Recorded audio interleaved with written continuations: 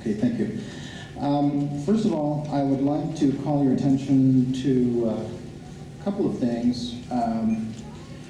One is what we have for a strategic plan for Mensa International, and we also have a strategic plan for American Mensa. They're quite different in the way they are written, but they aren't all that different in the way that they can be used. And I submit that any national Mensa could also use the same sort of process to deal with issues within your organization. And this should be really the highest level of activity that any board should be working on. To find where the strategic plans are, in your agenda, you have a copy of the American Mensa Strategic Plan on page 121 of your agenda. You have the Mensa International Strategic Plan on pages 196 through 209. So those are documents I'd like you to be aware of and be able to access so that you can see what constitutes the strategic plans that I'm going to be referring to. You also have a couple of handouts that appeared at your place here at the meeting. One was a handout that refers to the goals from Mensa International Strategic Plan. It says at the top, 2011 SOFIA Strategic Planning, marked 2 goals and only 2 with the highest priority. A second document that I handed out referred to mega issues and explained what a mega issue is. So with those all in hand and in mind, I'd like to just briefly cover what strategic planning is about. And the best way to explain that overall is to look on page 209 of the agenda, because that is at the very back of the Mensa International Strategic Plan, and it applies both to Mensa International, to American Mensa, and to any strategic planning process. You'll see there a pyramid which talks about what constitutes a strategic plan, and I'd like to just briefly go over what that is and then show you how you use it by talking about mega issues, and I'll explain what that is. First of all then, a little bit of background. Mensa International has come to this very recently. American Mensa has been working on this for several years now, and the reason why we went to strategic planning in the first place had to do with the fact that we were trying to solve some difficult problems that had to do with governance, and we found we were addressing the same problems over and over again and not making very much progress with them. And we weren't quite sure that we even had the means to deal with the problems that we had. They were very complex, very difficult for us to get our arms around. And not only that, each iteration of the board, each time a new board came into being, it's as though they started all over again. And there was not the continuity that we would have liked to have had in our planning process. It made it so that it's almost as though we were never going to make progress because we were just doing the same things over and over and over again. So we called in a consultant. We had a board decision to do this. It passed very narrowly, I have to say. But as a result, the consultant came in, and we actually wanted to address the issue of governance that had confounded us, had been so difficult for us for so long. But the consultant convinced us that we were unsuccessful partly because we hadn't gone back to basics. We hadn't built a foundation that would enable us to consider how we would address this issue in the context of what we wanted to do for the whole organization. And thus we began working on our very first strategic plan for American Mensa. And this process actually went much more smoothly than you might imagine. As I said, the American Mensa strategic plan can be found on one page in the agenda. We pass it out to all of our board members now at our meetings, and it's constantly in their hands and available to them to think about. And as soon as we passed it, it became part of our thinking in all of our committees and in all of our activities. We were referring to the goals and all the other parts of the strategic plan. And that has remained constant and has given us the ability now to go from one board term to the next and be able to stay in touch with what previous boards have been doing and continue our planning. And at the same time, it's not static, even though it's printed in all these nice colors and everything. It's possible to make adjustments in the plan from time to time. And the level at which you make the adjustments from year to year is generally when you're talking about objectives and goals and the kinds of issues that you have that are confronting you that arise when you consider how you're going to achieve those objectives and goals. So back to the pyramid then. The plan that was passed by the IBD, the whole strategic plan, has quite a few things in it. It's fairly complex. For those of you who are not familiar with it, it may be that you need to spend a little bit of time to come to understand it, but you can see from the pyramid that the very basic level of the plan is the mission statement, why we exist. And from that comes our vision, what we want to be. And then out of that come our goals, what we must achieve to be successful. So the goals in this handout, it starts out at the top, where do we need to be? And then there are listed a number of objectives and goals. For American Mensa, our goal statements include what we've also called strategic outcomes, and have to do with membership, governance, leadership development, public awareness, and finance. And those goals are in front of us, and we need to then think about how we're going to address them. And I say that you can come up with a similar sort of formulation in each of your national Mensas, and also here at the IBD. In American Mensa, once we started doing this, we completely turned around our meetings. We had, for a long time, had all our strategic discussions at the very end of the meeting, and sometimes it got pushed off the agenda altogether. It was not given it the highest priority. One of the things that we did when we started going along with our strategic plan was to completely reverse the order of our meetings so that our strategic discussions came first. They were given the highest priority. They were the most important thing that we did.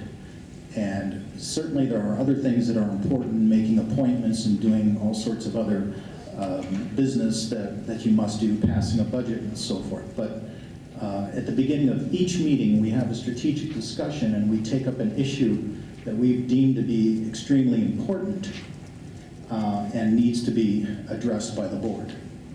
So I would like to encourage you to think in those terms and to start, first of all, thinking about a strategic plan for your own national Mensas. It's something worth working on. But here at the IBD, we can also talk about, from time to time, how we would want to, if there are any changes we would like to make as time goes on, what can we do to address the different objectives and goals? Are there new things that come about? Are there actions that we need to visit? And already, if you, by the way, take a look at the strategic plan for Mensa International, pages 206 and 207 refer to a number of different items that are planned actions. All of them, as you see, were planned with an implementation date for anywhere from the second quarter to the fourth quarter of 2010. So it would be, in order to revisit now what is in the context of the plan, what's new, what has changed, what of those items have been done, what haven't been done, how would that be addressed? And that's the sort of update that needs to be done from time to time. So for American Mensa, what we've done is we've created the notion of addressing what we like to call mega issues. And on that handout that I distributed, which actually has two sides, there's some important questions on the back side, but it tells you what a mega issue is, basically. It's a question that needs to be answered that raises something that's of importance in the context of our goals and objectives. So the slide, the very first page here that I put up talks about the mega issues that we created by asking all of our AMC members at our planning meeting in the fall, or in the spring, I'm sorry, to come up with a number of questions that we would like to have considered. And the way we did this was to put some pieces of paper up on the wall, each one corresponding to one of our areas in our strategic goals. So the area of leadership development, the area of membership, governance, public awareness, and finance. And people are asked to put questions up on those pieces of paper. So you can see some of the questions that came out of that. How can we entice members to be trained before they become leaders if they don't know what it is they want to be? What is the most effective training means possible? And there were quite a few. I'm just going down the list so you can see there were pages and pages of them that came forward out of this process. Quite a few. So how do you decide? How do you know which one of these? You can't work on them all at once, obviously. You have to narrow the focus and come up with the ones that you'd like to work on. So we did a survey among the members of the board, and the results of the survey, here you can start to see this. So what we found out was, after this voting process, a number of the highest priority items came up under membership, and one of them came under leadership, and we color-coded them and passed them out so we would be aware of which ones we thought were the most important, that we needed to do in the near future, or would have the highest impact. So having made that choice, now we know what it is that's of greatest concern to us right now, that we know we need to work on, and we can create groups to work on those. Typically these are task forces. It may go to an actual committee, but someone is given the responsibility for working on this issue. And those who are working on the issue have to answer a series of questions. And so it's that I want to show you right now. Now that you've gotten to the level of, you have a strategic plan, you have figured out what your goals and objectives are, you have figured out what some of the greatest problems are that you're faced with. What is it that you actually do with those mega issues? How do you proceed? And this is how you make the strategic plan work for you. So there is, and this was provided for us by Tecker Consultants. This was the consultant who worked with us and has given us this framework. So this isn't something I created, but it gives you an idea of how you can go along with it. As I said, first you identify the mega issue, you prepare background information, you conduct dialogue on informing the issue, on identifying choices, evaluating choices, determining your areas of consensus, information that you need, identify actions, intent, and accountability, craft a motion, and deliberate on the motion. So that's the overall. And these next slides just tell you how you would do each of those in turn. By identifying the mega issue question, again, everything is related back to the strategic plan. It's always, I'm sorry, I'm talking away from the mic. It's always going to be based on this foundation. If you come up with important issues that you consider to be important, but somehow aren't reflected in your strategic plan, that may mean it's time to make an adjustment to your plan. You've identified something that's important, but you didn't actually specify it in the plan. It's important to know that this question can't be answered with a yes or no. You're asking how can we, how could we, what should our role be in, how can we most effectively address. Those are the kinds of questions you would ask for this. And this, by the way, is all considered to be knowledge-based planning. You're not just acting on emotion or just picking and guessing what it is that you're going to do. You're trying to get the best information you can in order to make a decision. The issues usually arrive out of barriers to achieving the goals and objectives of the strategic plan. That's pretty obvious. You're questioning what it is that you haven't, somewhere where you're lacking, or having a problem. Now this is on the back of the page that I handed out to you that talked about mega issues. The 4 basic questions that should be answered when you're doing the analysis of how you might approach answering the question of how do we do this or what it is that we can do. You want to know what you know about what is called the stakeholders. Those are the people that have some stake or some who need to have some relation to what is going to be decided, what their needs, wants, and preferences are. You need to know about the current realities and evolving dynamics of the environment.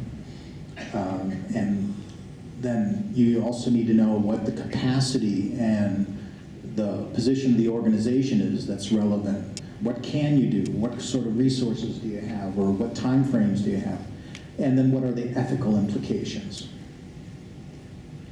So the first step then is to find out by asking people, are these the right questions? What do we know what do we need to know that we don't already? Where can we find information that'll inform us? You use the knowledge-based questions to figure out what your overall approach should be. Create a little form that says what would be the answers to these questions in each area.